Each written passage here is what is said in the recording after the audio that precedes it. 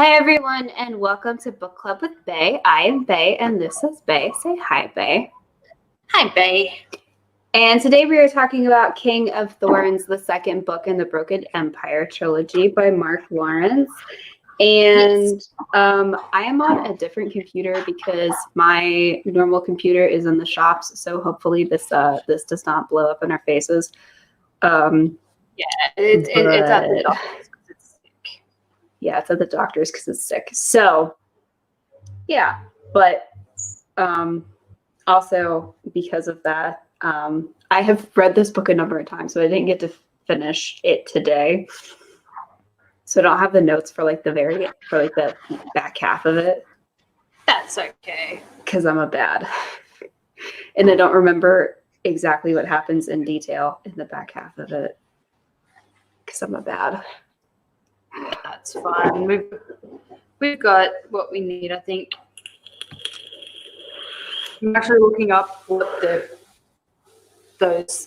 all the different countries. What are they? Areas? Regions? Mini Whatever, kingdoms? I guess. But they're not all ruled by kings, so I don't know. Slices of land. That's what we shall call them. What all the slices of land are. Yes. I'm getting it. Yeah. So, yeah. Ratings. I will say. Okay, sorry. Well, I was just gonna say, I will say for this book, you know how last one I was like, look, he goes on a quest and then he becomes king, and that's the plot. There's a lot more to it. It was enjoyable. The simplicity of the plot did not detract from the goodness of the book. But a shit ton more happens in this book. I will say that. Yes, a shit ton does happen in this book. And there's a few side plots happening in this one, so I kind of liked that. Yeah. Yeah. This book is a good bit longer as well. Yeah, this one was about, the last one I think was about 8.5 hours audiobook wise. This one was 13. 13, okay. I knew it was an odd number, I just couldn't remember which one. Yeah, this one's 13 hours long, so it's a good bit longer than the last one. Yes. But ratings. I'm going. I think. Did I say chocolate fudge last time? I think I did. Quite possibly. Whatever. Fuck it. You gonna do it again? I'm doing it again. I really like these books. Chocolate fudge it is. Well, I'm going to go with a similar sort of rate. Like last time I said pork scampolini. Scampolini. Yeah, I think so. Yeah. Yes. I think this time I'm going to go with a very well seasoned rare fillet. I think it's also appropriate given the plot of the book. I think so too. Hi, Pat. It's funny because it's not rare to mid rare. I am not interested in your steak. But ideally, well done. A properly cooked rare is. Hi, Pat. As murdery and stabby as this book is, it still gives you the warm fuzzies. I don't know, honestly, Jorg is like there's times in this book where I'm just like, oh bless, because there's times where he's hearing something bad and he's like, why am I asking these questions that are leading me to hear this information that I don't want to know because it's giving me the feels, and screw the feels, but I have them.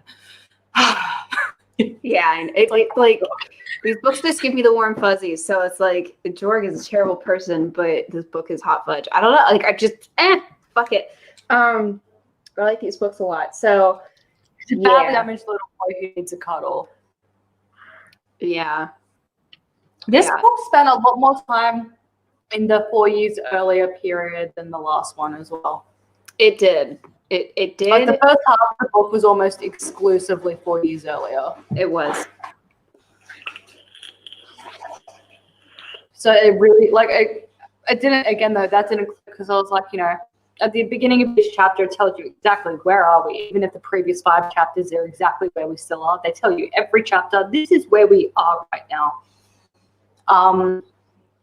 And it occurred to me when there was about an hour, half an hour to an hour left of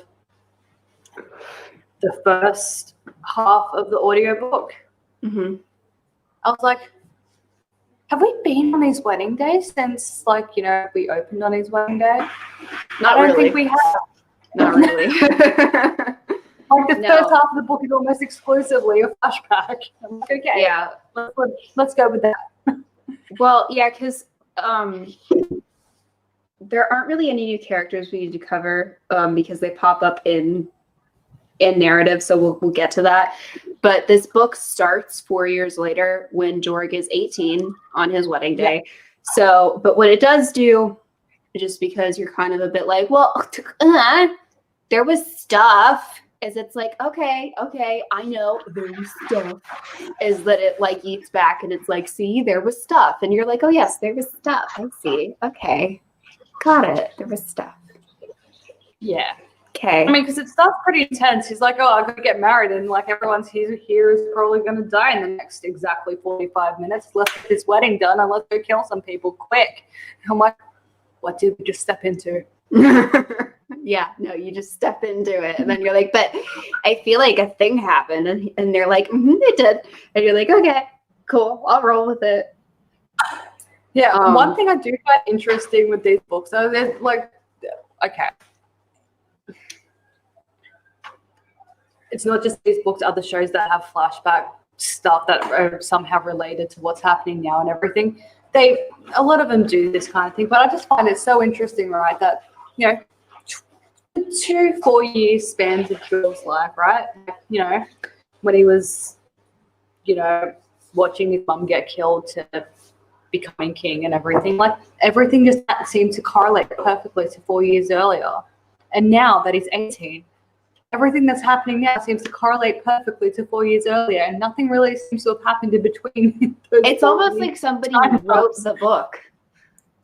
I know, right? And made it that way. Really wild. Like, but also, honestly, I want to know what Jorg did for the like in between, like from 4 years to now. What happened in between? Has he just been sitting there going, well, I've got another 3.5 years to go until my life, you know, matches up. I can't let anything correlate between now and then because that would be ridiculous. Yeah. Throw off the story. Which actually could work as well, because this is like the books are kind of written from like a perspective of Jorg writing a diary. Yeah. Kind of. Like, especially, I didn't quite think that until the ending of the last book, because he's like, you know, I told you this and this, and this is my story, and I told, you know, it was gruesome, wasn't it? But I got to go torture my uncle now, so I'll finish writing a you later diary. Bye. Like, that's how it kind of felt at the end of the last book. So Jorg very well could have gone, you know what? I kind of liked that setup. The next 4 years, nothing interesting shall happen to me after my initial quest. Yes. It's like, no, it has to be themed this way. But it's kind of thing people do as well. Yeah, it is. And so it's in character too, which is kind of interesting. But this is one of those books, and some books are like this and some books aren't. This is one of those books where like things and you just have to roll with it, or you will wind up confusing yourself. Because like we're thrust into like the beginning scenario, and like you just have to roll with it. Like you just kind of fuck it. Yeah, I was like, the flashbacks will explain all. Just wait. Yeah. Go with it. Yeah, it's just one of those things where you just have to be okay with that. Also, just like with the way that the story is told, because we touched on this a bit last time, but the story is told sort of, I like to think of it as like a waterfall. There are like no real clean scene breaks. So there's no like signposting. So in most books you have like really very clear signposting when like a thing is ending, and so a thing like It's like this is ending and now this is a new thing and now we're doing this now. And like in these books, there's like no signposting. Like in Prince of Fools, like there is signposting and stuff like that. So it's not just like an endless, like, you know, whereas in this, it's just a waterfall of like stuff. So yeah, like it feels like just one really, really, really, really, really, really long scene. Like each of the like the whole flashback arc and the current arc. This book is like 2 scenes. That's how it's written. Yeah, and there's a lot of scenes within the scene. Yeah, and the thing about that is that we talked about this last time. Is that like in books that like are signposted, it'll like knock you back in if you've zoned out. Because you'll be like, oh, I'm back. Where are we? Got it. Whereas in this, it's like things are just still happening and you're like, oh shit. And like then you're just like, I just zoned out for a minute. I'm listening on double speed. Let's go back. Because I've just missed 10 minutes of info and it's confusing. Yeah, so that's like the only, it's not a bad thing. It's just a thing. And also I imagine physically reading the book, it's much harder to zone out when you're actually physically reading the book. And so I imagine it helps. I mean, like the entire point of a book as well is to keep the reader engaged the whole way. I imagine the writing style would keep any reader quite engaged throughout the book. Yeah. Because you don't ever have that bit where it's like, I feel like I'm at a good place where I can put the book down for 10 minutes. It's like, nope, there's nowhere safe to stop. I just have to keep reading. Yeah, no, there is never a safe place to stop. Like, but it is one reason why I think like the Red Queen's War trilogy a little bit better is because I do like that there is signposting. Because it makes like even like note taking a little bit easier because you're like, okay, this is where the sequence like ends and we're moving on to the next thing. Whereas with this, like even note taking is hard because it's like, did the thing happen? Are we done?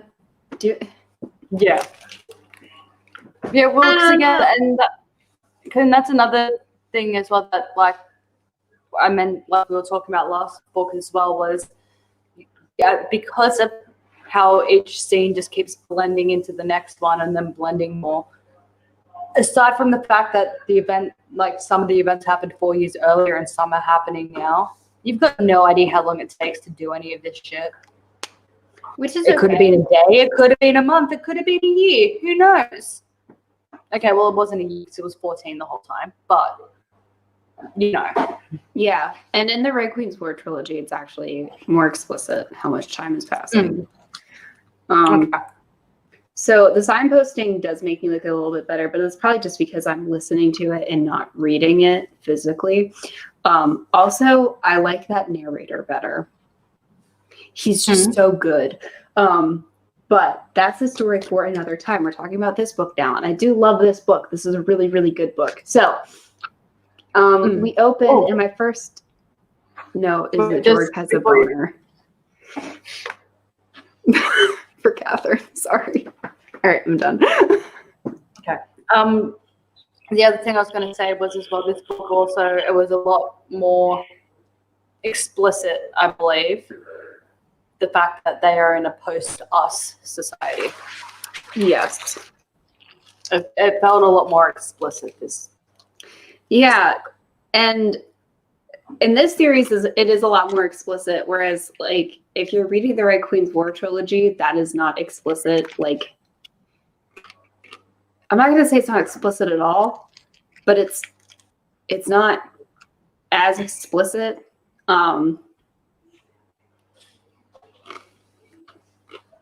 Yeah, it's almost like not explicit because like I had to kind of piece that together and I was like, wait, what? Whereas in this, it's like just straight up, there are so many references. Yeah, and it finally clicked because like in the last book and in this one a few times before, it became obvious what it was that they referred to Builderstone because, you know, we are the builders, etc.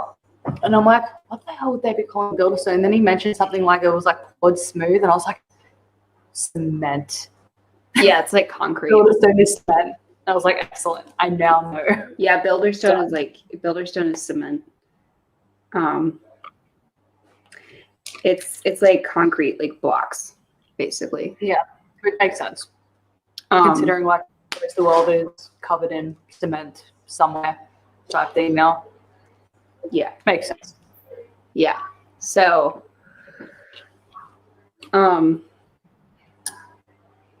but yeah. And Yeah, also so- like the sequence last book when we were talking to Alexa. If you don't know that that's happening.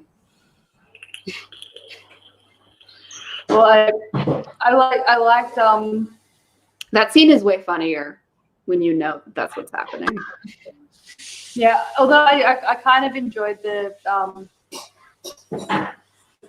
this book's version of that scene. I liked that guy too. Yeah.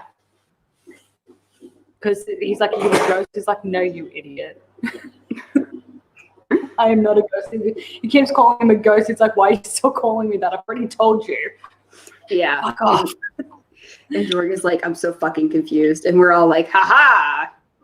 And he's That's like, well, Alexa. maybe if you all stop slitting each other's throat for 10 seconds, maybe you would be smart enough to comprehend me, infant. That's great. effectively what he says to him. I know. It's great. It's a good time. So yeah, so we open and Jorg like has a boner for Catherine. And like that's where we open the story. So and then we go to Catherine's journal and it's like right after Hannah's dead and the King of Arrows or the Prince of Arrow, excuse me, is coming over. And that's pretty much where we leave it. When did we get content warning? I apologize. This book contains all manner of naughty stuff and naughty things. So if you don't like disturbing subject matter of all the kinds, including but not limited to sexual assault, egregious violence, genocide, torture, animal abuse, etc. Not incest. We're fine on the incest front. If you're sensitive to incest, you're good. All his family's dead. There's nobody to incest, so we're all good.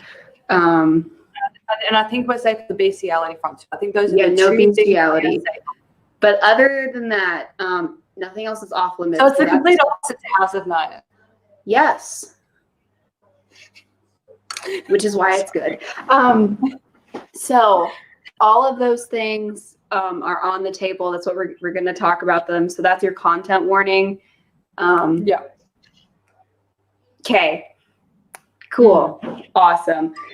So there's this like copper box that we're looking at, by the way, and like there are memories that are stuffed into this box.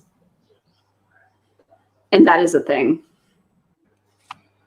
Oh, sorry. I just need to interrupt for 1 second. Because I just got tagged in this. You know the Teletubbies sun baby? Yes. She has a baby. Is this like the fake thing where she has a baby? I don't know. Because like she has a baby now. That's been going around for years, and I think it's just a picture of her with like the new baby. Yeah. Well, she'd be like she's 24 now. So she might have a baby. Oh, no. Okay, she doesn't have a baby. Never mind. But she's 24. And that makes me feel old. The Teletubbies son baby is older than you, babe. I mean, How does that make you feel? It makes sense, given how old I was when I was watching the Teletubbies. Teletubbies are older than me. Anyway, back to book now. Okay. So there's like an open the box. The Prince of Arrows outside, like his men are surrounding the area, and that's like a big thing because Jorg doesn't have like a huge standing army still. Like effectively where he lives is like, okay, you know, the north, like he doesn't live in Scotland. I'm gonna say that now. Where he lives is not in Scotland. the way it's kind of described is like, the most northern tribe of Scotland. That's what he's got in terms of people and resources. Yeah. Pretty small compared to everything else. He lives in like the highlands of where like Germany and France. And Belgium. And Belgium, yeah. Like at the intersection. Yeah. He lives like in those mountains. That's where he lives. Is that the Alps? No. Okay, where are they at? They're how far do the Alps stretch? The Alps are right above Italy. Okay. No worries. Carry on. So, and it's 4 years after the last book is where we're starting. So this is like the wedding day. And Macon is like, hi. And Jorg is like, hi, I'm getting married by noon and I have nothing to wear. And that's how it starts. And so you're like shooketh because you're like, Jorg is going to kill whoever he's going to marry. Oh my God. Right. Because that's obviously thought number one is Jorg is not a person enough to take a wife. Oh my God. But now we're talking to Reich and Jorg. He's been dressed and all that stuff. And then Cawdin is somebody, he was a brother back in the other book, in the first book, but he's much more of a person in this book.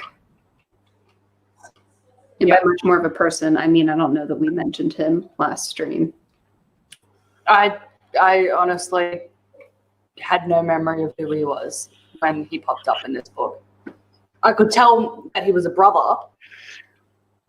Yeah. Because, you can tell straight away how he knows each person. Yeah. But I have no memory of him from the previous book. So he was that minor a person. Was he even mentioned in the last book? I don't remember. I've read both books a bunch of times. I don't fucking remember, honestly. It all runs together for me.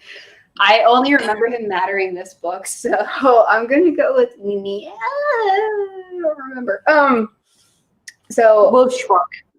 So Cawdin is like, should you really get married? Like right fucking now, like we're in the middle of something. And he's like, marriage is important to a king. You dumb as shit. And everybody's like, Jorg, for fuck's sake. Oh my God. So good to know. So he's like, is she pretty? Like, do we think she's pretty? And they show him like this locket picture of Miana, and she's this 12-year-old from the Horse Coast. And so it's a little problematic, but like, whatever. It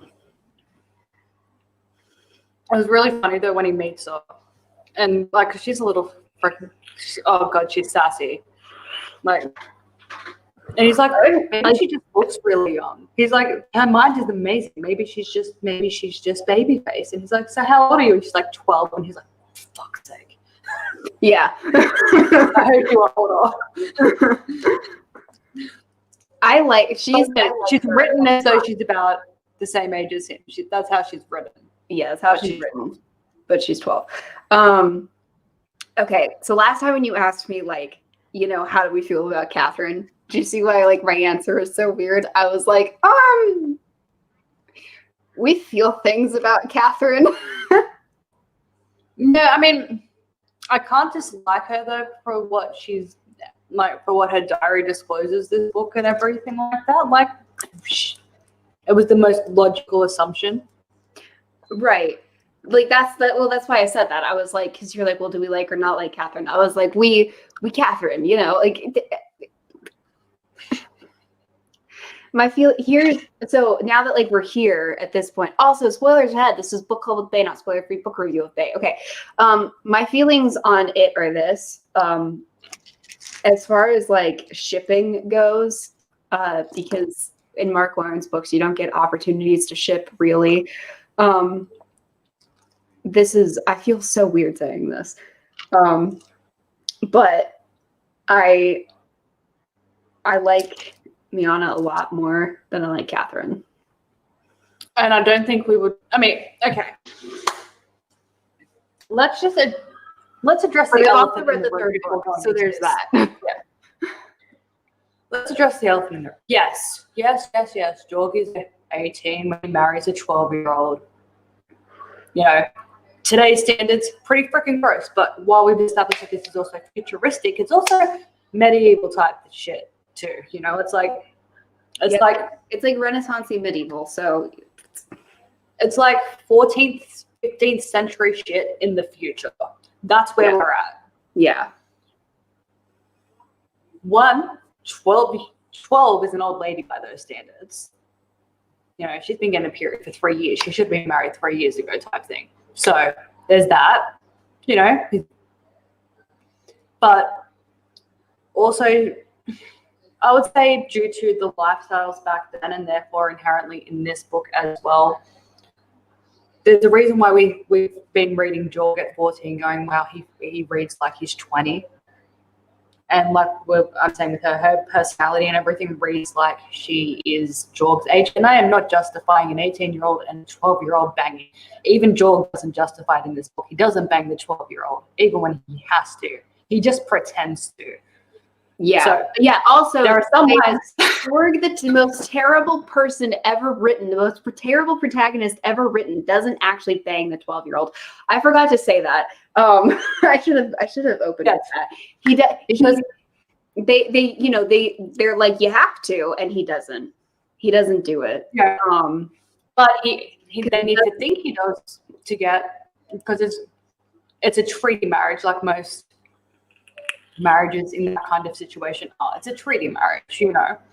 And they're like, well, the treaty's not in effect until the marriage is official. And he's like, it is official. And they're like, no, you haven't done the bang bang yet. And he's like, oh, fuck, come here, you, and let's go to chambers. And then he ruffles up the bed, makes some noise while she's looking at him like, what are you doing?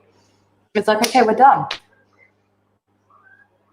And she's like, really? And he's like, yeah, no, I'm not banging a 12-year-old. And she's like, oh, thank God. But also, I'm a bit offended, but thank you. Yeah, like, she's a little offended, but she's also like, okay. And he's like, we'll have this discussion when the 6-year age gap isn't creepy. Yeah. That's when we'll have this discussion. Yeah. When you finish puberty, then we'll chat. Yeah, so Jorg, like, the worst person on the planet didn't bang a 12-year-old. Like, I'm just going to say that. Like, yes, I think if he had been like, oh, yeah, I've got to get me some of that, I wouldn't be as, you know, like, oh, well, you know, I can see how a relationship would work. I'd be a lot more creeped out. But based on the fact that she's mentally older than a 12-year-old, all that stuff, and the fact that he's like, let's not consummate this for a while, if you please. Like, I think they're well suited. yeah. So I like she's very smart. Yeah. And also, just gonna go ahead and throw this out there as well. It's fake. It's not real. This is fiction. So I think it's okay. Yes, this is fiction. I think that also makes it okay. And not only that, Mark Lawrence has conducted polls, and most people agree with us. They like her the best. And again, I think people, if it had been in a different setting and or had they consummated, I think people's opinions would be very different. Yeah. Personalities remaining exactly the same, I think people's opinions would be very different. My opinion this setting, it's not consummated. Yeah. Well, and also the fact that he doesn't do it is a character moment for him. Like, it's a moment. Although to be fair, he's like, you know what though? I've never found the young ones that attractive. So it's not like he's against having sex with a young kid. It's just he's not attracted to them. So it's kind of, I mean, the fact though that he's not attracted to them though is also like at least he doesn't have that. And he holds gold. No, he doesn't have that. He's like, no, I'm only attracted to fully formed women. So there's that. So anyway. So yeah, so he's like, so Cotton and Macon are like, what are we gonna do? And he's like, they're like, how are we gonna defend this castle, motherfucker, while you're off getting married? And he's like, we're not gonna defend anything. We're just gonna go eat them for breakfast. And they're like, bitch. So They Also, get very mad at him a lot, don't they? You would do. think they would learn to trust him by now. but they're also there is one of my favorite quotes from this book is there is something brittle in me that will break before it bends. I enjoy that quote. So Father Gomst is here. He made it out of the out of Geleth. Yeah. He made it. Go him. He is here. And he's marrying Princess Miana, and now he's married, and Miana is straight up like, hey, you should do this, like, before we're overrun. And he's like, bitch, what? And she's like, you don't have, like, enough people. We're gonna die, aren't we? And he's like, well, I mean, yeah. And she's like, so what are you gonna do? Like, you gonna go out there and, like, murder them? But, like, go out there? And he's like, yeah, that's what I was gonna do. And she's like, okay. She's like, good. Yeah. She's like, that's solid. And he's like, how old are you? And he's like, please don't say 12. And she's like, 12. And he's like, fuck. Like, but one of like, because half of his face is like scar tall shit from burns from the last book. yes. And she's like, you know what though? And he's like, kind of like, he even like when he first sees her, he's like, oh God, she's 12. He's still trying to like, he's like, I hope I'm not scaring this poor child with my scars. And she's like, I like him. I think you look more handsome. And I'm like, you can stay. Yeah, I like her. So I like her. So Catherine is, so we're back to Catherine's journal after that, after he's married and after we have that conversation. And Catherine is like, Jorg isn't honorable. Catherine thinks that Jorg raped her. Now, because of the fact that we were so floaty when this happened, we, the reader, like, you know that he didn't. But you're also like, but did he? Like, he's a dick. He's enough of a piece of shit that you're like, but did he? He didn't. I mean, the series opens with him raping two farmers' daughters. So. Right. Like, he didn't. It was the father that found her that did. Father. The friar. Sorry. I was listening to it on triple speed. Yeah, so, I mean, I can see why she thinks that, right? Because from her perspective, Jorg's woken up, stabbed her maid for no reason, or whatever, however he killed her. She walks in and she's like, how dare you? He knocks her unconscious. She wakes up. She's bleeding and bruised downstairs. And she's like, well, that's rude. And the only other person around is the friar, who's like, oh, dear, are you okay? And she's like, no. So, like, of course she thinks it was Jorg, who was also a mercenary, and not the man in front of her. Right.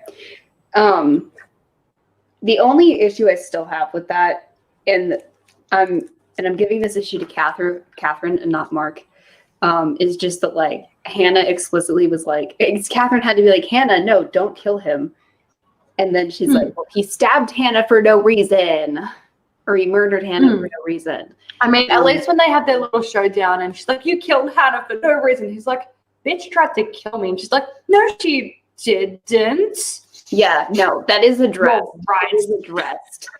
But also, yeah, she's like, oh, you're an idiot, asshole. So there's that. And then also we find out that Catherine, like, had a hard on for Galen from the last book that Jorg, crossbowed in the face. So there's that as well. We find that out. She's like, I had a hard on for him, and Jorg yeeted him. So we're back to, like, now, and Gog is still here in the now for now. Yes. But then we meet 4 years earlier. Yes. So there's a fire, and Jorg is not a fan of that. So now we have to kill Gog because Gog is causing fires. And then they're like, but we don't want to kill the Gog. No one wants to kill the Gog because, you know, he's 8 and adorable. So for those of you who don't, like, remember exactly what all this is, Gog is from the valley where basically, like, the big chemical spill was and, like, all the radiation was. So he's like a fucked up human. He's like a fucked up magic human. With fire magic. And they're really big. So he's a fucked up fire magic human baby. and he's 8 and adorable. So we don't want to kill him. Well, also, his brother Magog died defending Jorg. Yes. So Jorg doesn't want to. Yeah. So that's one of the reasons why Jorg is fond of Gog and Magog, who is dead. But yeah, and Gorgoth is still here, and Gorgoth is like the big monster radiation team. And I thought this made me laugh. This just gave me a chuckle. But because they're arguing about it, and Gorgoth is like, "It can't be helped. It's in his denna." Yeah, I laughed at that. I was like, "Ha ha! I know things." And because what he's saying is it's in his DNA. Yeah. The thing that I liked about that was Jorg was like, "The fuck is a dinner?"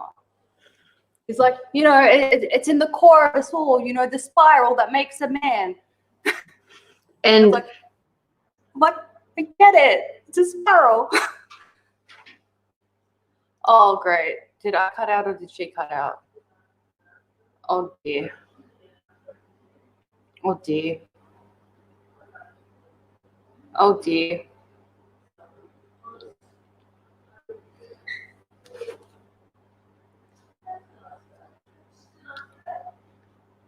Is it Amy freeze or a you freeze?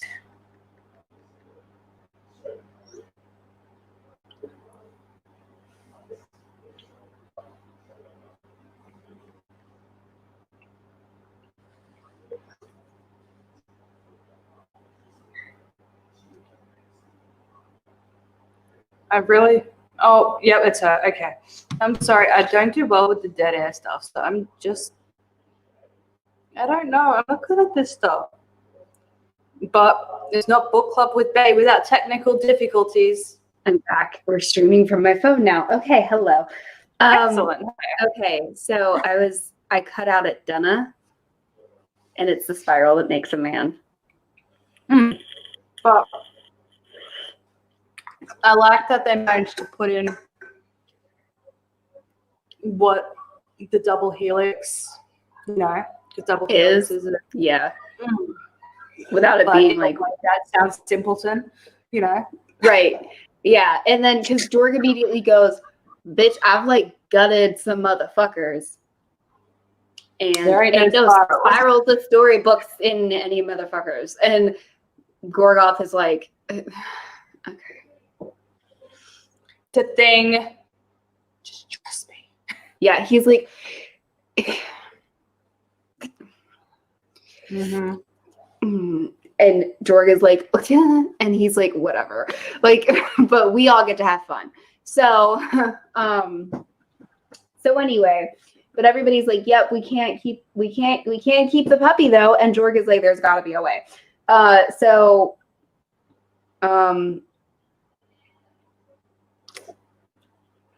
then they're like setting off. Yeah, they decide to quest to find a fire mage. Yes. Yeah. To be like, hey, can you do a fix on the Gog place? Yeah. And Cobb is like, this is a bad idea because they have to go through Ancraft to do it. And Jorg is like, well, we stole the Forest Watch. So My God. And so he's like, so it's gonna be fine. And so he's like, so Dad's not gonna know anything. And we also find out in here that Dad has named or I guess that's later. But yeah, we know that Dad has named little brother the heir. We also find out that Jorg does not actually hate Gomst anymore. He dislikes him. Like, he still has like that visceral like towards him, but he doesn't hate him anymore. He's like, at this point, his opinion is it's not Gomsty's fault that Gomsty is a piece of shit. Is how Jorg feels about it on a fundamental level.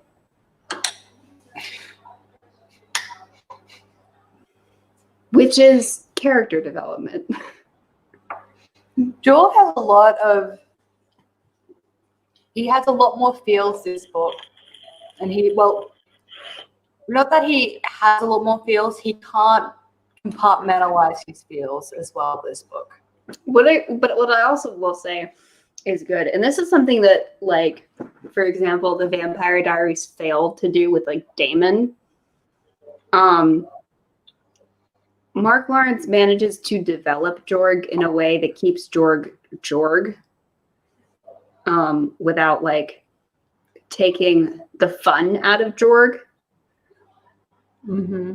So it feels like he's aging and maturing and, like, becoming more Jorgy, whereas, like, with Damon, for example, it, like, felt... And they took him into a two-bit bitch. Yeah, it felt like they just took all of the Damon out of Damon, and they were like, character development, and you were like, yeah, where's Damon? We miss him. Yeah, because, like, for example, Damon's whole thing was always, like, he was willing to be the bad guy for the right reasons. Like, that was his whole thing. And for character development, they were like, so we're going to take that away. And it was like, well... That's rude. Because his whole thing in, like, season 1 is that he's being the bad guy, but to do a thing that's not actually that bad. But he is doing really bad stuff. But he kept doing that, and so, like, when he became, like, good guy... Also, a lot of the bad stuff he did was because also Damon's petty as fuck. Yes. And he's been upset with little brother for quite a few... multiple over a century's worth of decades. Yes. So he's also just being a bad guy because it upsets Stefan. But on top of that, like... But they took that and rolled it into, like, he's willing to be the bad guy for the right reasons. And then they were like, but we need to fix that. And it's like, no, you don't have to fix that. That's a good kid. That's interesting. Keep that. Yes. We don't need to fix that. And they were like, no, we should fix that. And everybody was like, no, fuck. No, but we already have Stefan. They're like, fine, we'll just make Stefan more broody then. It's like, but I would say though, just side note, just continuing side note for one more second. One of my favorite moments in all of Vampire Diaries is when they're at, like, the 50s dance or whatever decade dance it is, where I think it was 50s. And Elena's like, come dance with me, Stefan. And he's like, but I don't want to. And she's like, please. And he's like, I love that. You know what? This will never, ever happen again. You better enjoy it. And then he does the thing. Yeah. Yes. It's a good one. It's like one of my favorite moments. You know, rewatching it, like, I don't think I'm actually, like, I think I'm more team Steph and Elena now than I used to be. Oh, yeah, no, putting Damon with Elena was the most retarded thing they've ever done. It doesn't work. Well, the book series and the TV show as a result is all built on Stefan and Elena's epic love. And then they decide at one point, and Damon, you know, because he's pissed off at his brother, is like, I'm going to try and get your girl just because I'm mad at you type thing. And Elena's like, but you're a jerk. And then, like, you know, and that's pretty much supposed to be it. But then they're like, you know what? Let's make this a thing. And it's like, but it shouldn't be a thing. Because you've destroyed Damon. You ended up putting Stefan with Caroline, which prevented her from being Klaus ever. Which, yeah, no, so many things went horribly, horribly wrong. There's so many wrong things, but we're talking about the King of Thorns.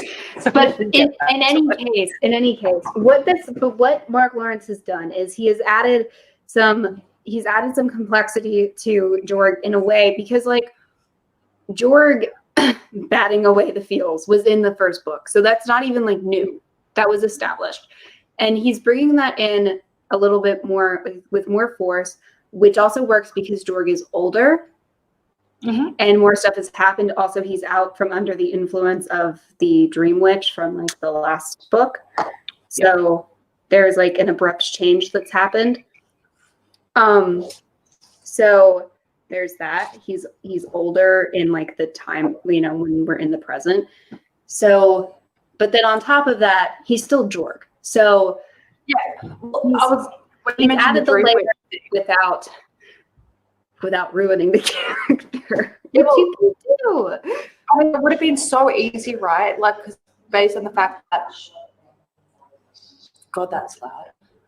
Just based on the fact that the entirety of the last book, Jorg, or almost the entirety of the last book, Jorg was under the influence of the Dream Witch. So it would have been so easy for Mark Lawrence to go, oh, Jorg's a good guy now, isn't he? Like, and Jorg even has that moment of like, am I a good person who was made to do bad things, or am I a bad person that was made to do even worse things? And he's just like, you know what? It was all me. It was all me. I own it. Let's just keep being Jorg. Yeah, so it does get addressed. So like he doesn't just leave it. Like it gets addressed, but it's done in the right way. Like he doesn't pussy out of what he set up. He's like, no, I made an evil child character. We're sticking to it. And I'm like, thank you. For the love of fucking God. Yeah, and like Jorg even says, maybe if my mum and brother hadn't have been brutally murdered in front of me, maybe if I hadn't have been under the influence for 4 years, maybe I would have turned out all right. But I did, and I was. And so I am how I am. Yeah. So I don't know what for me. I had a shit life, and I'm rough. In any case, this was cute. Jorg actually like lets Gog hold his hand because Gog is like, this way, and Jorg is like, nobody can touch me now because the necromancy that's like in me. Yeah, he's very cold and he makes people feel sick and shit. Yeah, but God can touch him, so he lets it happen, and I was like, that's so cute. Yeah, that's so disgustingly adorable. Anyway. So apparently Reich has a wife, which is, I feel like it's one of those things. Well, I don't think the flashback wife is the same wife as the wedding day wife. I don't think it is either. But because I'm pretty sure Jorg says when he sees him just before the wedding, he's like, so how's your new wife? So from the sounds of it, it's like he just, because he's a big man and he marries quite young, he marries little girls and then fucks them to death, effectively, and then goes and gets a new wife. That's the impression I've been given. As an author, I can honestly say this is something that was probably done because it amused him, and I enjoy that. He was probably like, this is stupid and funny, and so we're doing it this way. Yeah, like, this guy's a dick. This is the kind of thing this guy would do, and it amuses me. Let's put it in. Yeah, no, that is exactly what it is. Well, because, again, it's never actually explicitly stated this. This is just assumptions. Okay, the old wife and new wife are definitely two different wives. Yes. Because I'm 99.9% sure that Jorg says, yeah, just before the wedding, how's your new wife? I'm pretty sure. Years earlier, has a new wife. And Reich's response to how's your new wife, his response was small. Or something like that. I'm pretty sure. Yeah, it was. So it's in there enough where he could be like, if like we said this to him, he could be like, whoa, no, type thing, or he could just be like, maybe. I feel like if it was in the right situation, he'd be like, of course not, but on the real for real, absolutely. Yes.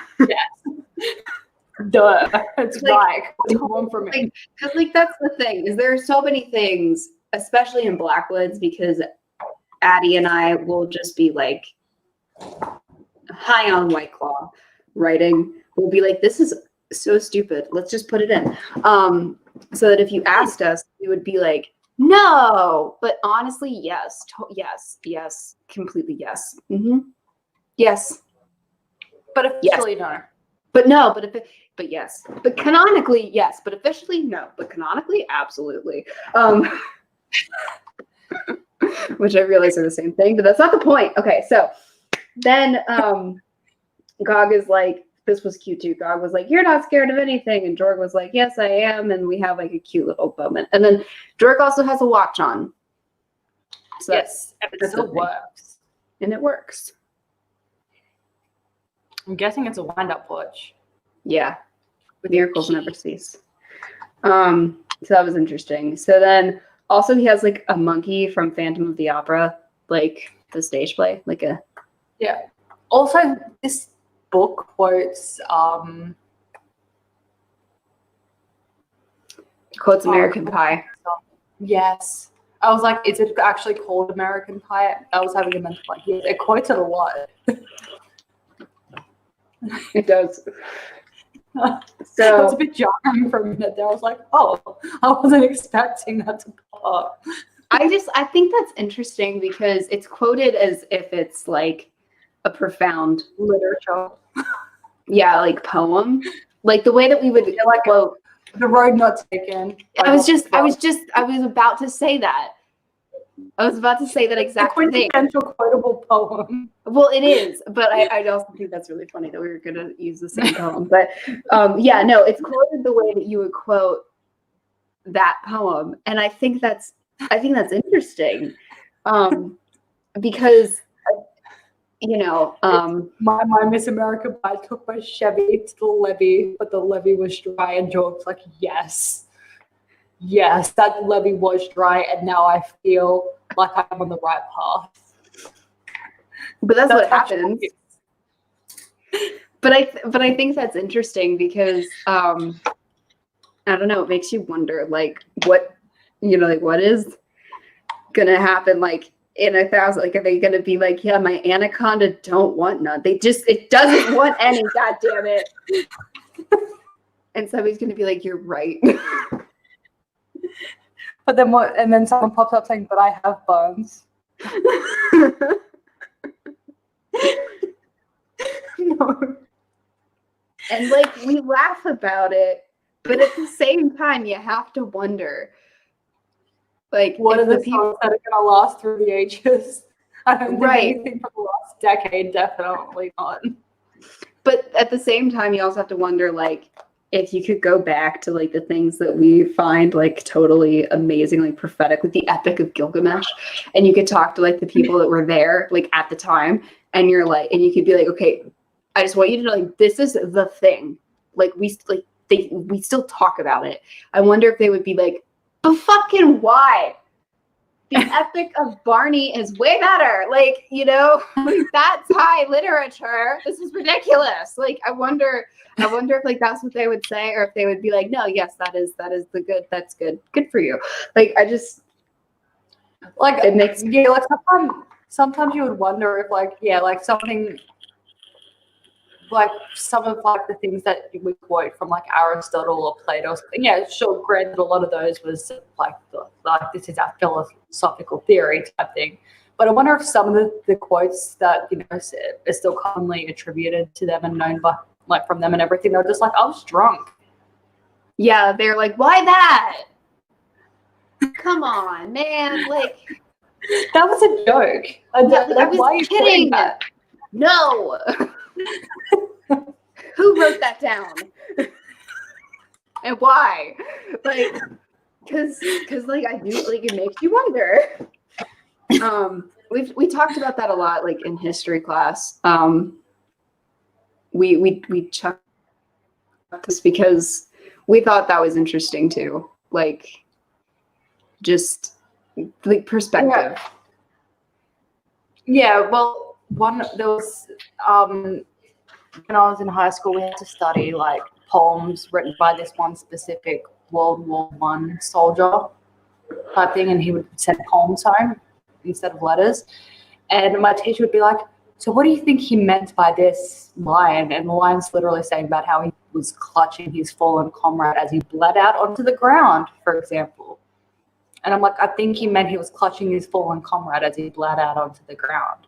He's like, yes, but what's the symbolism of it? I'm like, his mate died. Sometimes there's also just no grander thing. And I think if we had asked him, he'd be like, no, it was literally about what I was writing. There wasn't a metaphor there. Sometimes I think we read too deep into shit. And I think Jorg was reading way too deep into American in this. I think that might have been what this was a commentary on. I just think it's because it does make you wonder. Like, it makes you wonder what people are going to latch onto and like keep, and whether or not like if we could like pop up from the grave and we could be like, you know, go like, this is my ghost. Like, we could ghost up from the ground and be like, no, not that. That's Nicki Minaj. You should have been quoting Eminem. Like, no, like. No. Like, honestly, I would say Eminem, I think, would be a lot more understandable than Nicki Minaj. At least some Eminem songs, at least. That's what I said. Stop. Like, oh, yeah, I was like, no. Okay, yeah. Yeah, it was like, okay. Yeah, like, no, why would you do Nicki Minaj? It should have been Eminem. Like, oh, okay, yeah. Like, this is ridiculous. Yeah. It's interesting. Oh, okay. Anyway, so carry on. Now that we've done that, so they're going to Arrow, and they run into people, and the Prince of Arrow, Prince Oren is his name, has asked him how far Renar's castle is, and Prince Oren is basically like a pompous douchebag who's doing like a courtesy tour. He's like, well, I'm going to be emperor one day, so I thought I'd just like putter around and he's effectively doing what like William and Kate and Harry and Meghan did when they got married. They toured the Commonwealth. Well, he's doing a preemptive tour of his future Commonwealth. Yeah. And so George pretending to be a messenger. Yeah. But Jorg being Jorg is like, I'm gonna fight you. And Oren is like, and everybody's like, and then he's like, if I win and you yield, will you like suck my dick? And Jorg is like, yeah, if I yield, I'll suck your dick. And so they fight. He wins, but Jorg doesn't yield. And Jorg is like, you might have won, but I'm not going to yield and I'm not going to suck your dick. And then he's like, Macon, will you teach me how to sword fight? And Macon's like, you know how to sword fight. He's like, but I just got my ass whooped. Daddy. He's like, Daddy? Papa. So, yeah. I like how the Nubian is, he still thinks of the Nubian in this book as well. Yeah. Makes me sad. Oh, so there's also like, so he's passed out and he wakes up, and this is also a really sad sequence. It made me sad. Like, it makes me sad every time I read it. So there's like this child, Sarah, and this. Oh. And the kid. Sorry, yeah, I didn't know what was coming. I forgot what was coming next, and you just reminded me. And her kid, and this kid, her name's Jane, and they're in like an area that like recently got annexed by Ancraft, and like Jane's brother got like deaded, and they don't know like what happened to the dad. And Jorg like actually feels bad about this. Yeah, because like, and this was one of the scenes where it's just like, you know, he's like, and what happened to the boy? And then his head's like, why would you ask that question? You don't want to know the answer. Like, it's gotta be like, you don't need to hear this. And they answer, and it's just like, I'm feeling really bad, and I don't know how to deal with it, so I'm gonna try not to, but I still feel really bad. Yeah, and then he's talking to the little girl, and he's like, you know, what do you want? And then the little girl's like the mom is like really scared of Jorg because she's afraid that like if the girl says something like wrong, that Jorg is like gonna kill them basically. Yeah. So the girl is like, she's like, I want my brother back. I want to be a princess. I want to be a mermaid. And the mom's like, I just fill her head with fairy tales. She doesn't think that's real. I just fill her head with fairy tales to take the pain away. And Jorg is like, it's okay. It's cool. But I'm sorry, but I can't do any of that. Yeah, because Because Jorg is like, he's like, I can totally do something for them. And then he's like, I can't do any of that. And I forget what the quote is, but he's like, it's something like in all the king's forces and all the king's men. And then it's like something like that. And it's just sad. Yeah. It's sad. Couldn't go back together again. Yeah. It's something. Yeah. It's something like that. And so then they leave, and then he has like a really bad dream where like the watch is ticking, and like it's like Darth Vader overlaid with like watch ticking. And then he wakes up, and Macon's like, "What's up?" And he's like, "The kid's dead. I know the kid's dead." And it's sad. It's just really sad. So they head into the woods at Ancraft, and we hear about people falling to the dead king. The dead king is the thing. Keep that in mind. Just keep in mind that the dead king. And then also we hear about the Roma Road, bitch. Sorry, I get excited. The Roma Road passes through Red March. It makes me happy. Okay, so then we're also looking at a statue, and I thought that this was where it was about to happen. It doesn't happen here. No, it doesn't happen here. Oh no, it does happen here. Just kidding. It does happen here. We're looking at a statue of like a terrier. Yeah. And Catherine is here, and then it was like a bad dream, and then they're in some kind of desert. And then the builder's son had burned here, meaning that like it's a bombing site. Yeah. So it's the site of where a nuclear bomb was, and like things still haven't grown back and all that. And his memories are in some kind of box. And then we're talking about the memories, and then I skipped this part. I warned you about this, didn't I? Is this the dog thing? Yes. Yeah, when I was listening to that, I'm sitting out there, and I don't even know what look was on my face. It was after it was when his dad was like, the dog still has one leg. That's when Sticks is like, what's wrong? And I'm like, I told him, and he's just like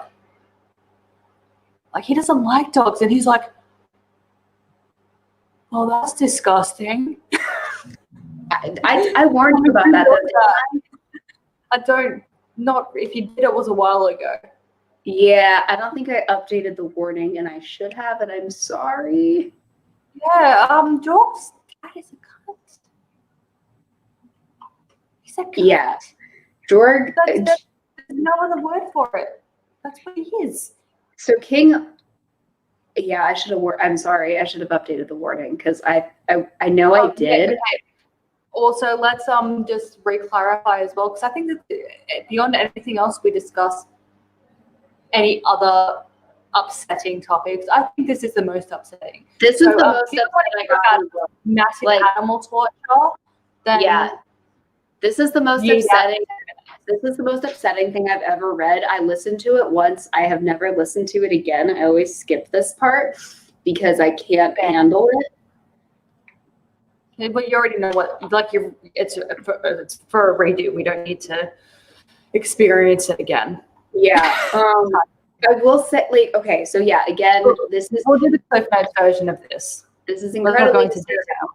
But King Aladan, Jorg's dad, as punishment for Jorg breaking a snow globe, has his dog tortured and killed. Yes, because also his dad's like, you're too fond of the beast anyway. Dogs are not for loving, they are for work. So you have two choices. You can break every one of the dog's legs, or I can set him on fire and you can watch him burn. And Jorg's like, well, I guess it's better to be alive with broken legs than burnt alive. But then it doesn't really save his dog anyway. And it is. Let's just leave it at. It is gut-wrenching. It is awful. I kind of wanted to I kind of wanted the book to be real so I could find Jorg's dad and stab him in the eyeball with a rusty spork. This is one of those scenes where, like, part of me, like, whenever something happens like this in a book, part of you wants to be like, well, that wasn't necessary. In a way, I almost feel like it was, I think it speaks a lot to, because Jorg had even said as well that he had issues with his dad long before Mummy and brother did a dead. Yeah. And I think it's a really perfect way to show what kind of, I mean, just in case you were, because I guess like with the first book, right, you could be like, look, you know, especially after we found out that his dad was under the influence of stages when he accepted payment of the death of his wife and son with horses, you know, you could, the reader could have been left to be like, well, it wasn't his fault, and like, you know, he didn't want to actually stab his son, and he might actually be a really nice guy, you know. And I think George's just being a dick to his dad now, and this like makes it very clear under no circumstances, no matter how bad George is, we're Team George. That, and then also like given that it's important for his character as well. Given that the first book opens with George raping people, and given all the things that Georg does after that, because you know that's not like the last awful thing that Georg does, I like, it's not like, it makes us feel worse because it's an animal, but that scene in and of itself is not morally like worse than everything that Georg has done like combined. So I don't feel like it's not warranted, simply because like it helps. It's a good way to like explain like what's up, like with his empathy. Like it's a good way to explain like what's going on like with his empathy issues, why he has them, why they're so I'll like, be back in 1 second. like why they're so, yeah, you're good. Like why they're so deep set and all that kind of stuff. So this is one of those cases where, as gruesome and as like disgusting as it is, it's not,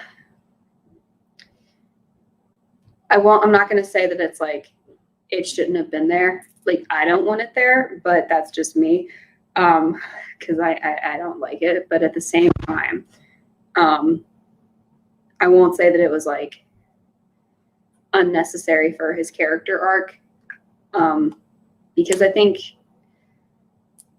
it's like fine for the reader to see it. And then on top of that, it's also not a tone breaking thing. So I think if it had been something that like changed like the tone of the story, or had been like gruesome violence out of nowhere, it would have been like, oh wait, what the hell? But this is it's very, very violent series. So this is, I think this is one of the only times I'll say this about something that gruesome. I think it was okay.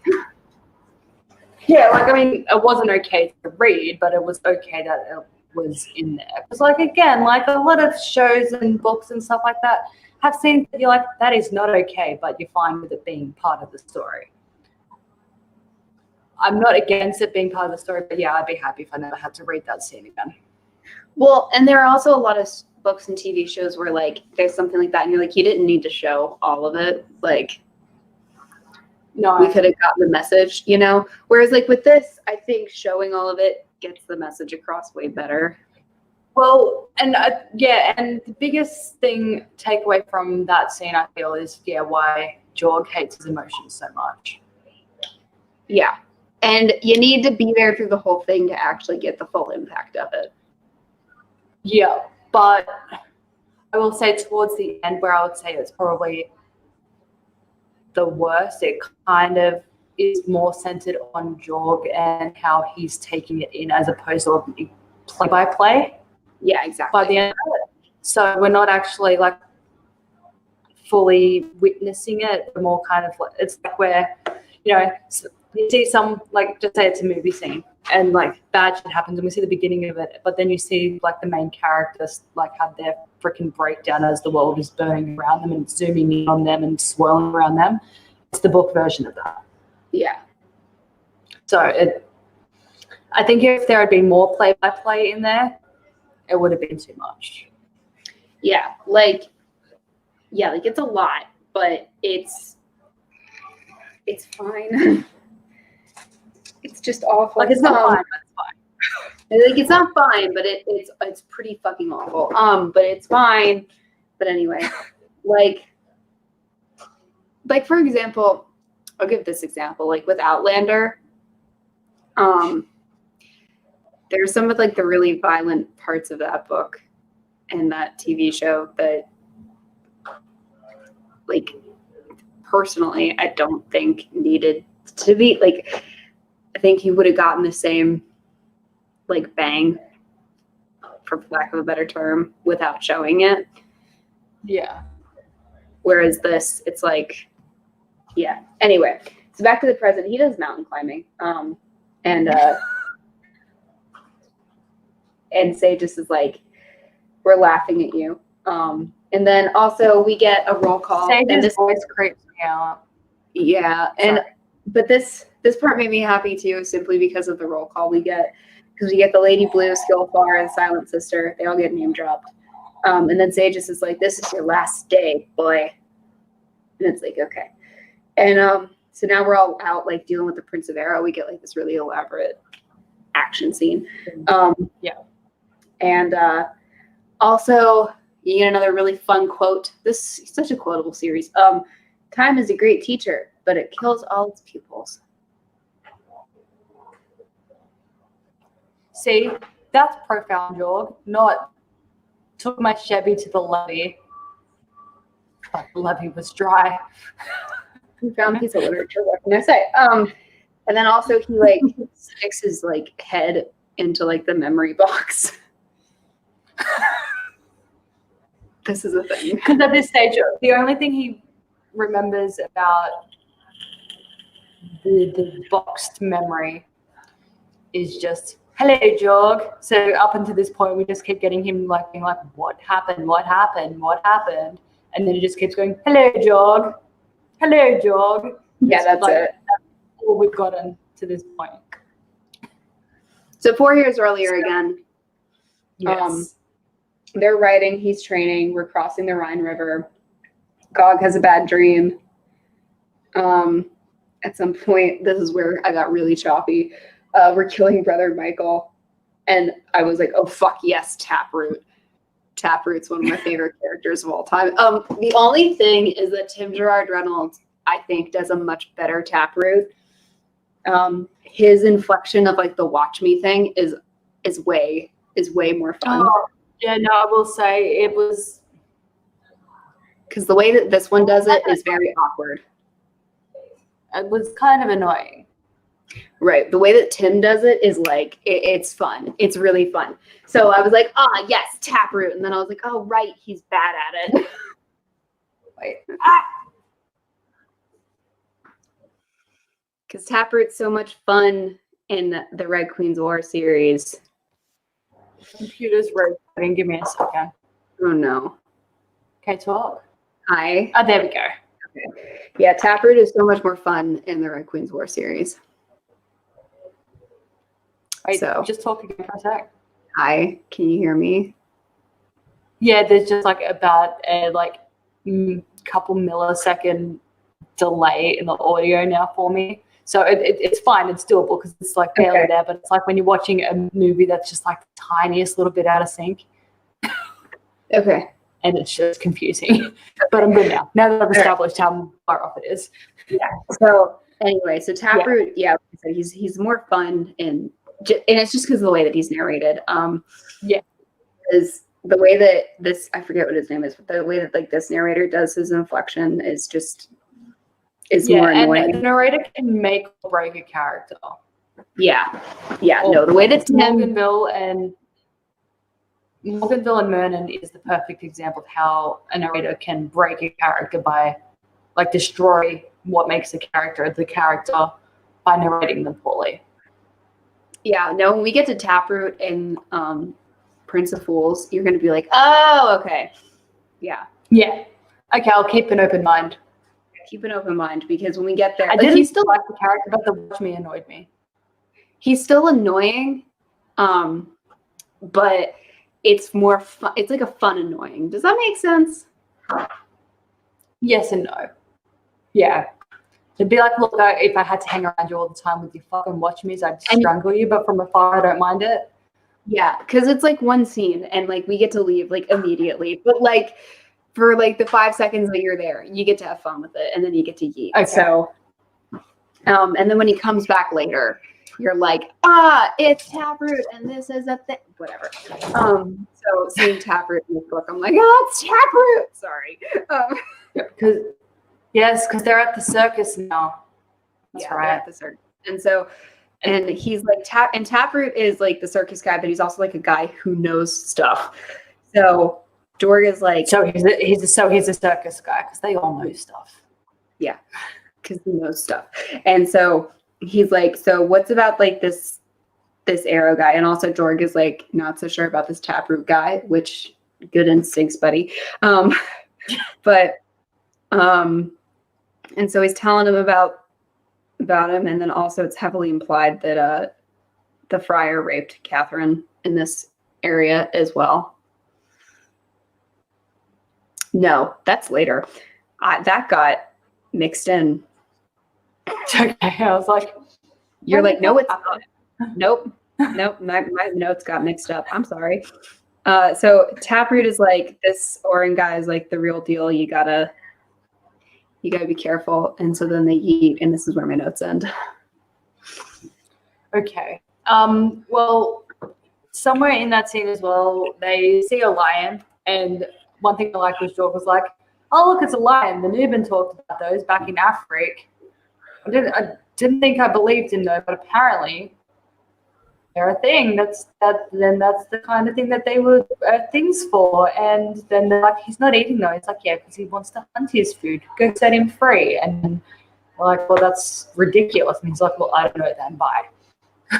Well, what's actually kind of funny about that is that like back in the Renaissance times, if you look at any Renaissance art depicting lions, it's disgusting. It's butt ugly because nobody knew what they looked like. Yeah.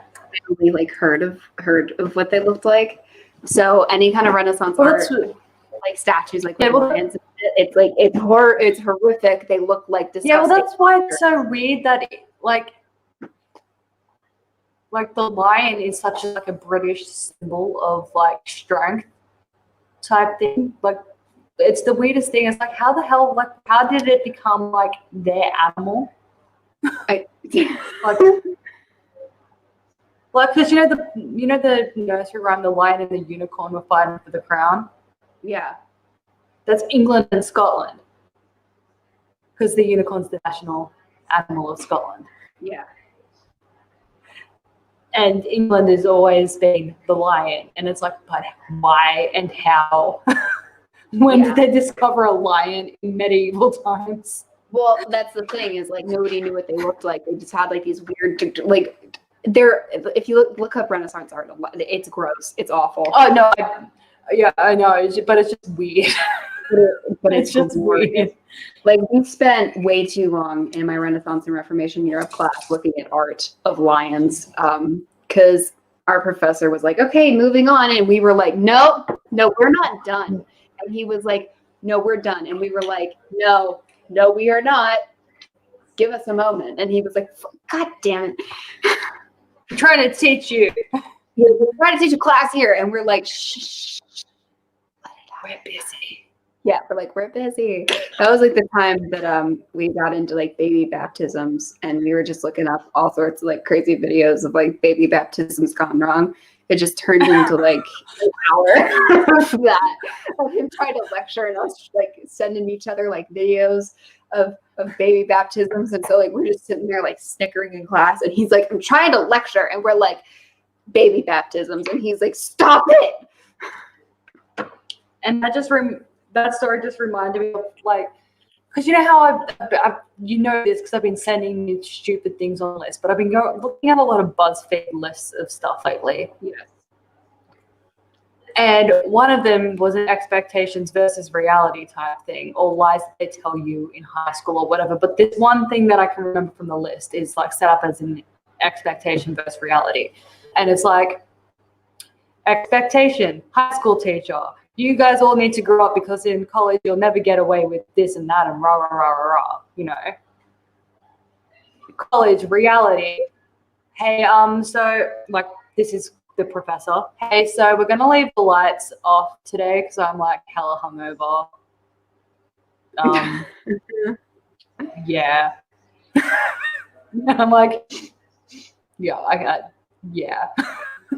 Like no, college is very different from high school. Like you're never gonna get away with this in college. Like there are things like that you cannot do. Like you need to like, you know, stay on it in college. But then there's also the fun stuff. Like for example, sorry, we're looking at you. You started this, and that's your fault. You know us. You should have known. Like you should have known that if you I trained that we were just gonna be looking it up, and we were gonna. And we decided also the holy water was Chick-fil-A sauce. Like it was a whole thing. Like that class was a mess. We also had like a blind men joke, like using blind men as a workforce in that class. So it was like, how do they build stuff? We were always like, you get the blind men to do it. Like just get your legion of like blind men to build the thing on like blind men on hamster wheels. Because another professor had told us at some point that somebody did that. And so we latched onto that, man. So you would like to make a blind man slave race? It was a joke. It was a joke. It was a joke. But we did have to do like this thing where we had to, in the next Blackwoods book, there will be a slave trade of blind men. Where we had to like build a dome and like present how we were gonna do it, and we were all like, okay. So we have to all present different theories about how to make and he like whole ass was like, no blind men. If anybody presents blind men, you're all failing. All of you will fail. All of you, if one person mentions blind men in their presentation. And we were like, aw, really? Like everybody, he was like, yes, everybody will fail. And we were like, all right, fine.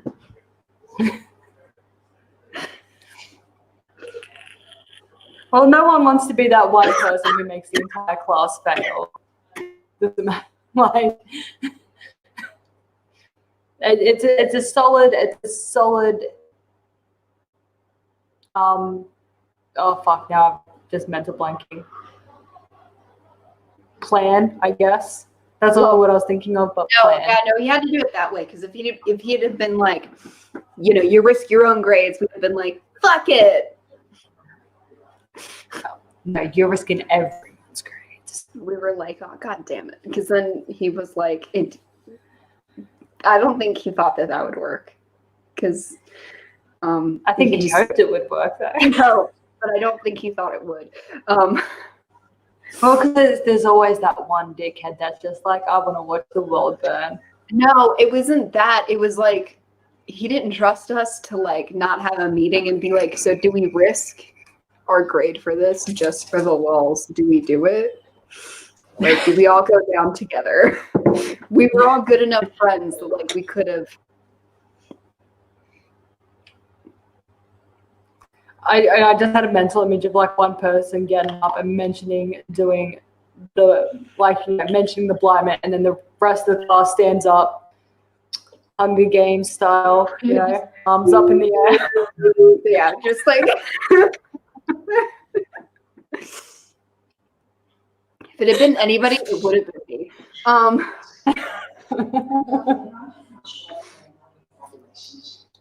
God, the ads are so loud. Sorry, can you hear that? A little bit. Okay. Anyway, where were we? We were talking about the lion, and they fuck off from there. They leave.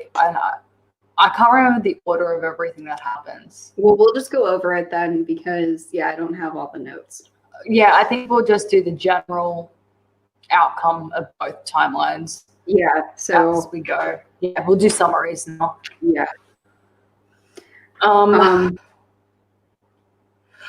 What? Oh. I think coming up soon is like the creepy. I honestly, I don't know if this woman was supposed to be old or not. Was she old? Yes and no. Her appearance changes, but it's like the necromancer from the first book. I thought it was his. Oh, it's the necromancer from the first book, sister. Yeah. Yeah.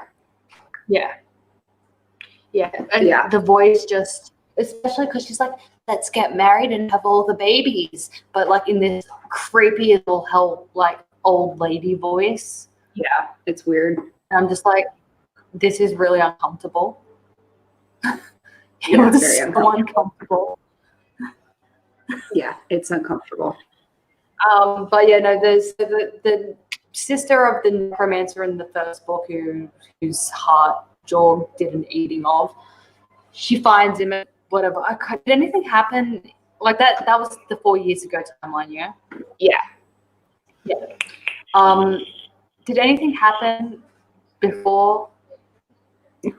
Not that I know of, and if it did, well, it's fine. Like we can just Yeah. briefly. She finds Jorg and he's like, oh well, you're a creepy fuck, aren't you? And she's like, I want to marry you. And he's like, no. And she's like, but we could rule everything together. And he's like, no. Yeah. He's like, no, I do not. My dick is And she's very like, and then she's like, well, that's a shame, isn't it? You know, all those dead people that you left in your path for the last year and a half. But here they are. And then zombies, yes. including the Nuban. Like this bitch has been stalking him for like well over a year and a half, raising every dead person left behind. Yeah. Yeah, she's a piece of work. And Dog is shooketh when he sees the Nuban. The rest, he was even saying like, oh look, there's blood, like so and so and so and so, and that's a black. But then he sees the Nuban and he's like, no. Yeah, no, that he's like, yeah, no, and then gets me every. Yeah, and then he starts freaking out as well. So he's like, is he like, are they aware? Has he been like, has he been aware of what he's been living through for X amount of time type thing? And she's like, I'm a stronger necromancer than you, and I'm gonna win this thing. And he's like, well, that's the thing.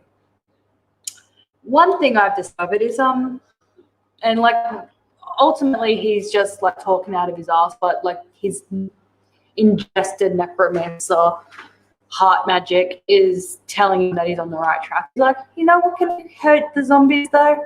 Ghosts.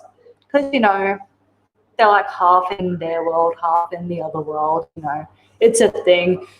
So all of my ghost peoples, I choose you, and throws his Pokeball and all the ghosts go and start fighting the zombies, and then he runs. Is that what happens? Yes. Yes. And then they're running and running and running. Does anything happen before she catches up with him again? I don't think so. I don't think so either. Oh, someone does a dead. Oh, Cotton does a dead. That's right. Yeah. And Cotton's like, yes, I love you. And Jorg is like, please stop it. Please knock that off. And Cotton's like, somebody needs to say it to you. And he's like, it's like, I love you like a son. I don't like you at all, but I love you. It was a really weird yet strangely touching end speech thing. And then Necromancer bitch catches up. Oh no, because and then he goes into like the little fort thing that killed him, and then he just kills everyone there. And he's like, okay, on our way then. And then Necromancer bitch catches up, and she's like, we shall be married, George. It is our wedding day. Oh no, this is when the ghost thing happens. He's already run at this point, and then she catches up again. And then this is where the Pokeball, ghost, I choose you thing comes. But she's like, it's our wedding day. Look at our congregation type thing. And he's like, this is creepy as fuck, lady. Oh, also this entire time, I should have said this earlier, there's been like this ghost child just like following him. That's right, yes. So the ghost isn't like out of nowhere. There have been ghosts this whole time. Mm. He's Yeah. been seeing ghosts. Like, he's been seeing ghosts since he ate the necromancer heart. Yes. So that's a thing, by the way. Yeah. Sorry. What is the, like, how does the necromancer lady's storyline get resolved? I can't remember. What happens to her? I Does she just eat? I think she just eats. I think so too. Yeah. This is like one of the issues with where like you don't have the signposting is like I don't remember. Yes, there's nothing that clearly, like, there's no specific landmarks in your head that goes, no way, that's what happened there.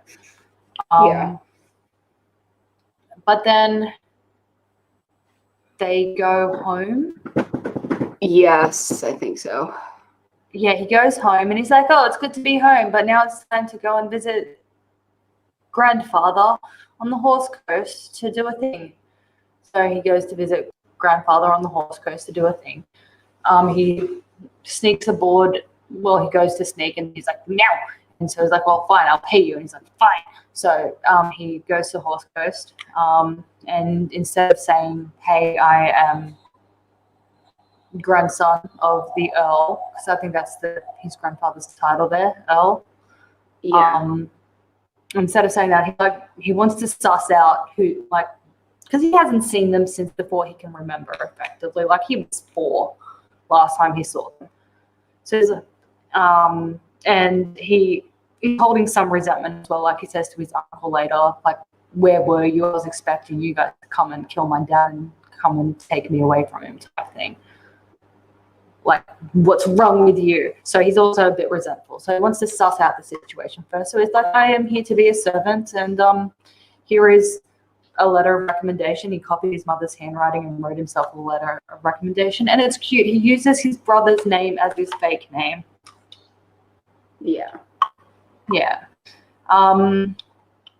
So he's, what is he, pretending to be a god? Yeah. I think so. Yeah.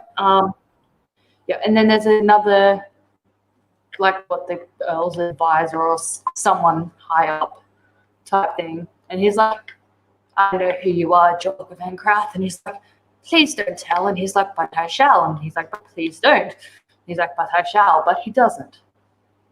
And Jock's like, oh, well, that's handy. And then all the guards get poisoned. And Jock's like, oh, fuck. That's not good. And they're like, you're not poisoned. You must have done the poisoning. And he's like, no, your food's just shit, so I didn't eat. I don't like eating snails. And they're like, well, that's weird. Of course, like, that's not the real reason you didn't eat them. Everyone loves snails. They're delicious. And he's like, but they're gross. And they're like, but they're not. And he's like, but they are. So he gets thrown in jail. And then he kills a rat.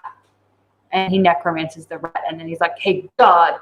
And then he accidentally knocks the guard out. So he necromances the rat to get the keys, and he escapes. And he runs into Uncle, I think. Yeah.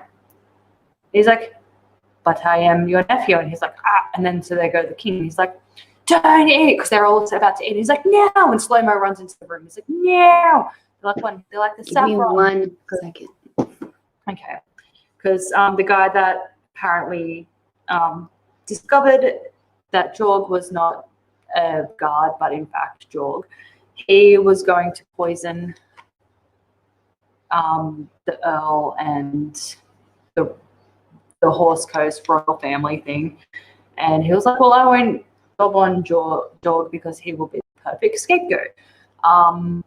But they didn't count on the Horse Coast Lord to not be a dick, and he shared one of his most valuable herbs with his guards. So the guards all got sick with the royal family, so that kind of ruined his plans. And Jorg is like, I don't like my father, and the Earl is like, I don't like your father either. And they're like, well, let's be buddies. And he's like, excellent. Now, to make it official, I have a friend who has 2 young daughters, and you shall marry one of them.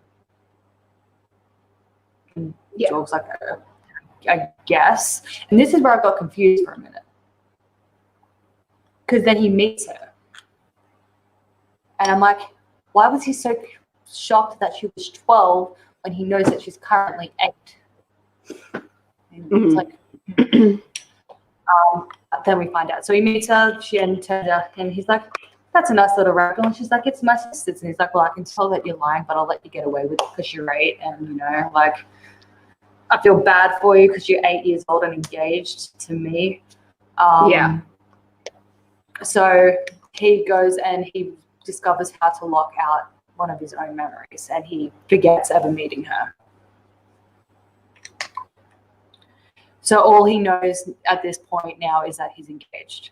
And then once their marriage is done, then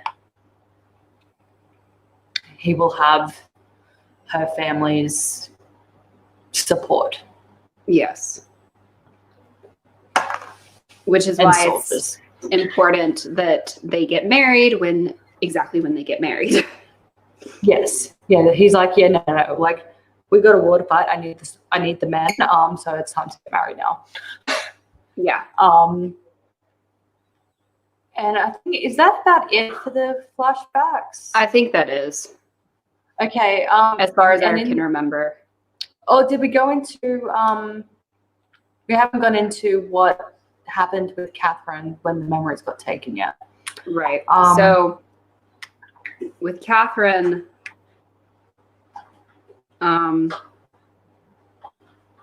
we touched on this earlier. Yeah, because we've also been going through her diaries, throughout this book as well. And she's like, I'm pregnant. I keep dreaming about this baby coming out of me and it looking just like Jorg and this and that. And her body is starting to, like, her period stopped. Her stomach is starting to get a bit bigger. And she's like, ah! And she's like, I don't want the rapist baby. So she aborts it. Yeah. But I think we don't find that out until he sticks his head in the box and we get the memory. Yeah. Yeah, that's when we find it out. Yeah, so we're in the graveyard thing with Jorg and Catherine, and she's like, hello, Jorg. And he's like, Catherine, nice to see you. And she's like, oh, is it? Is it really? And he's like, what? And she's like, you killed Hannah. And he's like, because she tried to kill me. And she's like, she absolutely did. Okay, fine, she did. Yeah. And she's like, but you killed what's his face? And he's like, yeah, because he was about to stick a knife in my back. And she's like, you raped me. He's like, no, I didn't. Yeah, he's like, no, like, no, I didn't. And she's like, I killed your child. And he's like, you killed your child? Who found you? Bitch. Oh, yeah. Yeah. And she's like, it was Friar Tuck. I can't remember the friar's name. Friar something. I'm sorry, Friar Tuck. I shouldn't be bringing Robin Hood's friar into Honestly, this. that's like what my brain said. My brain was like, it's Friar Tuck, bitch. I can't, God, whatever his name is. It was Friar. And then she kind of pauses and realizes, she's like, oh. Like, she's like, and so then Jorg sneaks to the tall castle that night because, he's in love with Catherine. And he has to, avenge her honor type thing. And he goes and stabs a friar. Yeah. With an arrow in the gut and leaves him to bleed out. He's like, you kind of deserve it, you dick. And then he runs into Sages. Sages is like, hello, dog. You got my dreams? And he's like, dog's like, yeah, I guess. And he's like, Catherine got my dreams too. She was never really pregnant. I just made her dream that she was. And by some weird coincidence, her she believed it so much that her body started acting as though it was. And so she took some potion and, because George's like, but she bled and this and that. She's like, yes, but you don't know what that was. The poison that she took sterilized her. It stripped her womb bare. Farewell. And I think that's because Jorg, when he got back to everyone, he was raging so hard, saying, take my memory. And I guess I don't know what made him so crazy over that. I'm guessing he was just like so annoyed, like angry on Catherine's behalf, and also feeling guilty that she did it because she thought it was his kid or something. I don't know.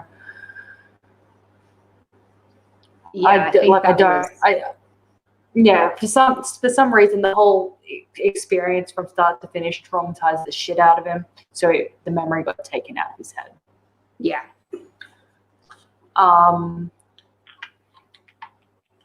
And so now we're in the now. Catherine is married to, what's his name again? Oren, the Prince of Arrow. Yeah. Yes. She's married to him. They've been trying for a bit to have a bubs, but nothing's happening. She's like, it'd be really nice to have 2 daughters with, blonde hair. Oh, also, George's little half brother is dead. Catherine thinks that George killed him. George didn't kill him. George didn't. Do we know how George thinks he died of natural causes? Yeah, I don't think George killed him. Yeah, because George mentioned that he heard through the grapevine that his little half brother died from being sickly or something. Yeah, but then Catherine mentioned that there was a trail of bodies leading to the kid's room. But also, at the same time, Jorg doesn't really, because if Jorg was going to kill anybody, he would kill his dad. And, Jorg just doesn't feel the need at this point in the story to, kill, to, be committing, regicide, basically. That's not. He's not there yet. I mean, that's not how he feels, basically. Because one thing we've established with Jorg is he goes with his gut. Everything he does, he's just like, this sounds like a good idea right now. Let's do this. And he's not after the Ancraft throne. He's after the Empire throne. And the Ancraft throne and the Empire throne are not the same thing. So he doesn't really care about the Ancraft throne. He cares about the Empire throne. So that's another important distinction as well. So he doesn't really have a ton of motivation to kill the kid. Well, because also, while he's also a bit salty that his dad has named the baby his heir type thing, he's also like, but it's actually my birthright, and if I challenge it, I'm going to come out on top against the kid by the time my father dies. So, I'll worry about that when that's a problem to be worried about. Yeah, Jorg's not really interested in killing a child. Yeah. Redeeming qualities. Oh, yeah, I mean, one thing that did amuse me though was when George and Catherine were talking, she was like, so do you really think my sister's a scorn whore? And he's like, oh, look, honestly, you have to see where I was coming from type thing. I was just seeing my mum being replaced. And 2, I don't have any evidence either way, so maybe she is, maybe she isn't. Yeah, he was a dick. You could have just said I was being a dick. Pretty much what he says, he's like, you're going to take away my right to insult my mom's replacement? Really, bitch? And Catherine was like, okay. That was just sprung on me my dad didn't avenge my mother and I come back and there's just some new woman and she's the duff. He's like, what do you want from me? And he's like, what am I supposed to say? Welcome to the family? Fuck you.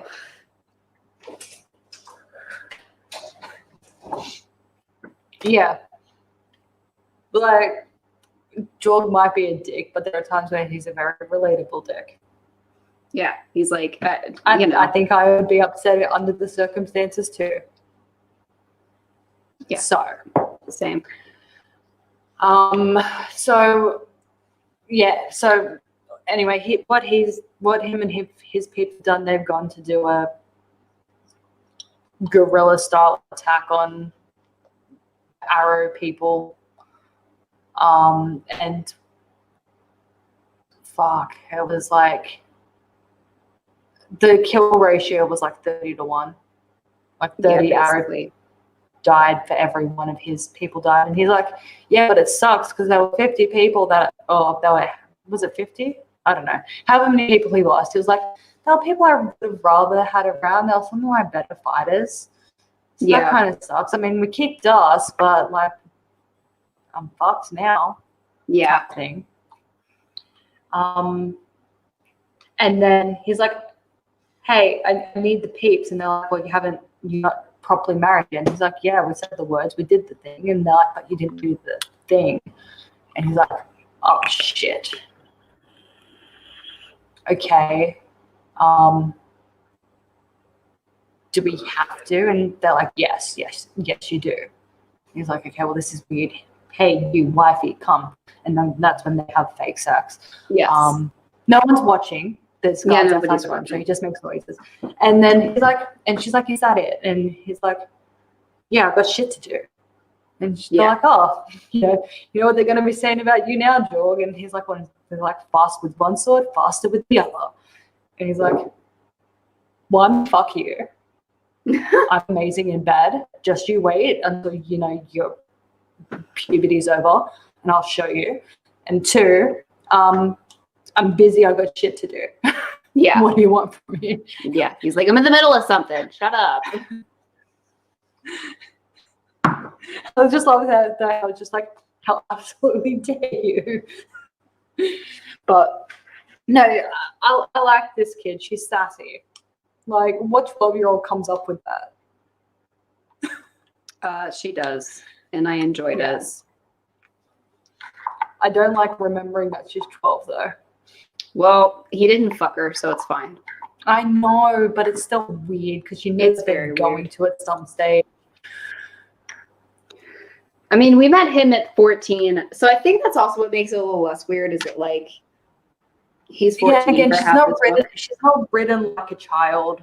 Yeah, like when you read her on the page, she doesn't read like a child. Yeah. So. Yeah, exactly. There are a number of things. 11. She's not at all like my niece. Yeah. No, there are a number of things that keep it from being too bizarre.